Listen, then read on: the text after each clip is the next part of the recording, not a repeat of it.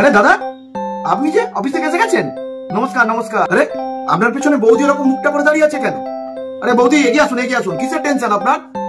ও, দাদাকে চা দিতে হবে। ও চায়ের সঙ্গে টাটা কি দেবেন তাই তো? আরে দৌড় বাবা, আমি আছি তো, টেনশন নিচ্ছেন কেন? বাড়িতে খই আছে? খই কি আছে? ব্যাস, তাহলেই তো কেল্লা ফতে। তাহলে চলুন শুভস্য শীঘ্রম। এই এক বাটি খই আর এই জল দিয়ে আমি খইটাকে ভিজিয়ে দিলাম। এটা 2 মিনিট ভিজে থাকবে। এবার ঠিক 2 মিনিট পর খইগুলোকে এইভাবে জল চিপে আর আমি আরেকটা অন্য জায়গায় নিয়ে নিলাম।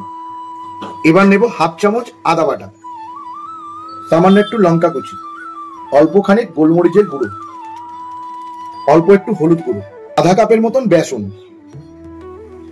পরিমাণ মতন নুন, সব একসঙ্গে ভালো করে মেখে নেব।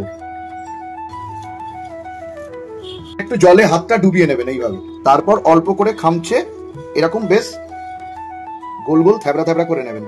ঠিক এরকম থ্যাবড়া মুখো হয়ে গেলে এই থালার উপরে উল্টে দেবেন। এবার তেল গরম করে নিয়েছি, এই ডুবন্ত তেলে এগুলোকে ছেড়ে দেব। মিডিয়াম আছে আপনারা উল্টে পাল্টে ভাজবেন এগুলোকে। দেখুন কিরকম সুন্দর দেখতে হচ্ছে। এবার দেখুন ঠিক এরকম লাল লাল হলে তুলে নেব। আরে ও দাদা, আপনি কি ভাবলেন বৌদিকে আমি বদবুদ্ধি দেবো, আপনাকে শুধু খই আর চা দেবে? আরে না না না, এরকম মুখরোচক জিনিস চায়ের সঙ্গে একবার খেলে না সাত জন্ম বৌদিকে মনে রাখবেন কিন্তু। আর হ্যাঁ ম্যাডাম, আপনাকে বলছি, যদি দাদা খুশি হয় খেয়ে, আর যদি ভিডিওটা ভালো লাগে তাহলে অবশ্যই লাইক কমেন্ট শেয়ার আর সাবস্ক্রাইব করতে ভুলবেন না। টাটা।